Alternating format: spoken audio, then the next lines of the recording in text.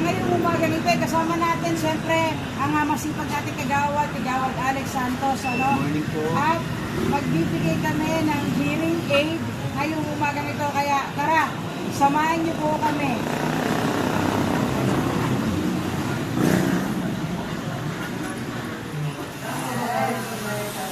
Hello po, good morning! Good morning po! Buksan natin, no, bagong-bago yan, Ate Marisa. Pa-plastic po. Para matest mo, ikaw rin kasi mag-a-adjust kung gaano ang lakas at hina. May bago kang gadget, may battery. Ayan, no? Wow, ganda. Natin lang. Ay, yan.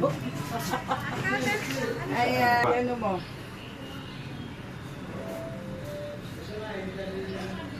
Ano? Ano? Narinig mo na kami?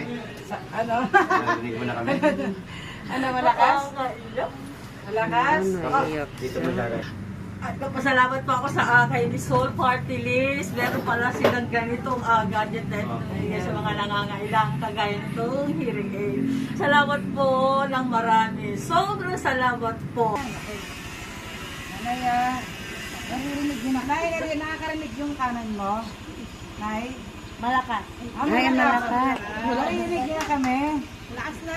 Oo. Yes. Pero, Maraming salamat po sa bigay ng alkay ni Sol sa hearing aid na nakakarinig na po ako ng maayos ngayon. Maraming salamat po.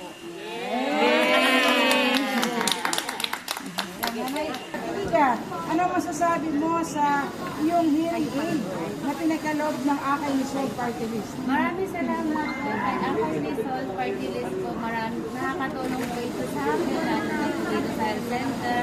Nakakausap po ang pasyente ng maayos. Yan po, maraming salamat po sa hearing.